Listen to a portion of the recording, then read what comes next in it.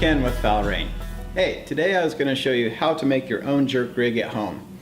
Now the jerk rig is one of those things that just absolutely works. To quote Buck Gardner, who makes calls, he's actually a champion of champion callers, and he makes his living making duck calls. He once said that if he had a choice between a duck call and a jerk rig, he'd choose a jerk rig, which is a big thing to say if you're a championship caller. Anyway, I think he's right. The jerk rig really does work, and I was going to say it works, better in the late season or when there's no wind, but honestly, I use it all the time, especially if you have a crowded area. It's going to work really well because a lot of guys don't use them, and it absolutely adds a lot of realism to your spread and gets those ducks swimming, because ducks swim, we all know that. So what you're going to need first is an anchor. So you can buy a jerk rig and they come with these little anchors. We use different types of jerk rigs that we like to build. So I got this big one. This is an 8-pound bell anchor. You don't have to get a big one like that, but we like to use the goose floaters sometimes and use a really long bungee cord and pull them all the way to us and then let it go and let them swim back through our decoys up to the top of, we hunt on a river quite a bit, and it really looks cool. It looks real, and so that's why we use the bigger anchor, but you don't have to use one that big.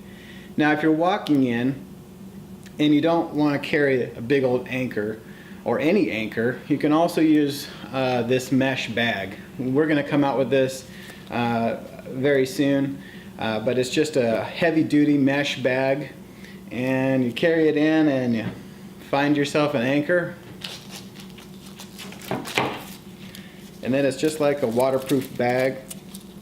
It kind of folds over and velcros, and it has 2 little D-rings on the top, and you just clip right through that. So that makes sense. Super easy. Anyway, right after that, from the anchor, you're going to have a piece of bungee cord. You don't have to use bungee cord. If you're going to use like a diving jerk rig, you wouldn't use bungee cord, but for a jerk rig, it really works well. And this is 1/4 inch, and get something that you can really pull. It's going to have a lot of elasticity to it. We use about 5 to 6 feet. Obviously, you're not going to be that much deeper than that anyway. But you can use longer. Like I said, you can use a 20-foot one if you want to do the swimming jerk rig. But 5 to 6 feet works well.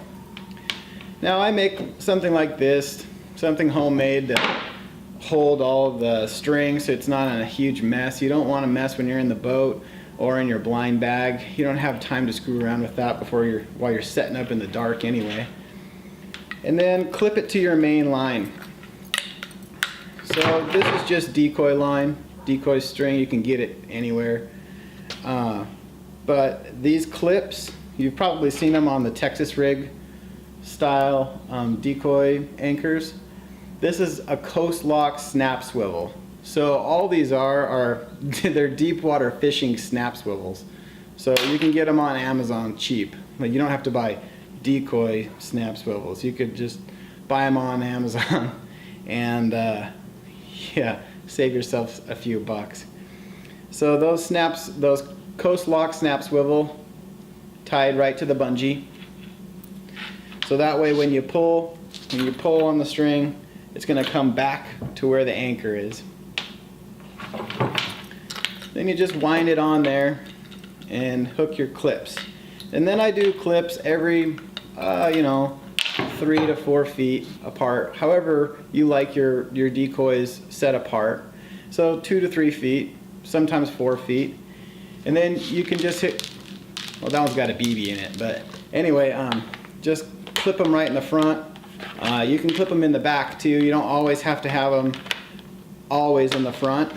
You can clip some in the back, some in the front, so when you pull them, they're not all just swimming in a line. You can just pull it and then they just kind of move like that, because what you're doing is just trying to add some swimming movement to your rig. So when you pull on that, it's going to pull on the bungee and it's going to move. The other thing you can do if you don't want to clip them in the front or the back, is you can just half hitch around the middle, and that's going to let it kind of sit there and swivel, and when you pull it, it's going to go all different directions, which is kind of cool. Makes it look real. So then run the line all the way back to the boat or to the blind. When you get back to the blind, run it under a piece of wood or a rock or something like that. If you don't have any of those things where you hunt, then make a little stake like I did. It's just that 1/4 inch hot rolled round bar. Cut it off, make yourself a little stake. Run the line underneath the stake. That way you don't see that line going right out to the decoys, because they'll see that. And that's pretty much it. Now, if you want to get a little more advanced and make something kind of cool, you've probably seen those spreader bar systems that, I don't know, they cost a couple $100 by the time you buy all the pieces and everything. They're like, oh, 40, 50 bucks. Yeah, but by the time you're done, it's expensive. So you can spend that and go ahead. But I spent $3 and made my own. So basically, it's just like this. It's an X. Just a nut and a bolt in the middle. It folds up and I can throw it in my pack. And just a few drops like this. And I tie decoys onto each one. And then I tie this in the middle of the jerk string or at the front. And then just clip onto the next decoy from there, and then when you pull it, the whole thing's going to move, which is really cool. Or if you're doing a diver spread, you can also do the same thing by just taking one of these and putting it in the middle, and then do two. And the diver spread is the same thing, just an anchor, decoy line, but you don't use the bungee, and then you go straight down to the anchor. So when you pull on it, it's just going to go straight down like that, and it's just going to make your decoys just go blip, blip, and those work too. Those work really well.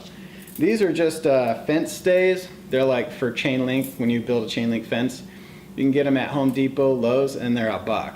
So you don't really feel bad if it falls out of the truck or anything. So anyway, hopefully that helped.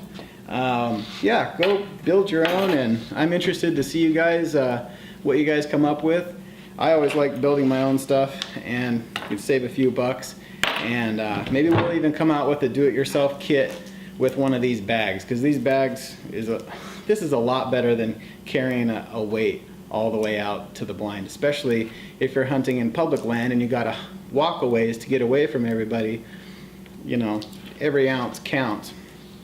So hopefully this helped, and check us out online. You know, we have some nice stuff at the store now, some hats and all kinds of cool stuff, lanyards and all kinds of stuff. So hopefully that helped. Share this, tell your friends, whatever, and send me a note on Facebook. I do read those. So good hunting.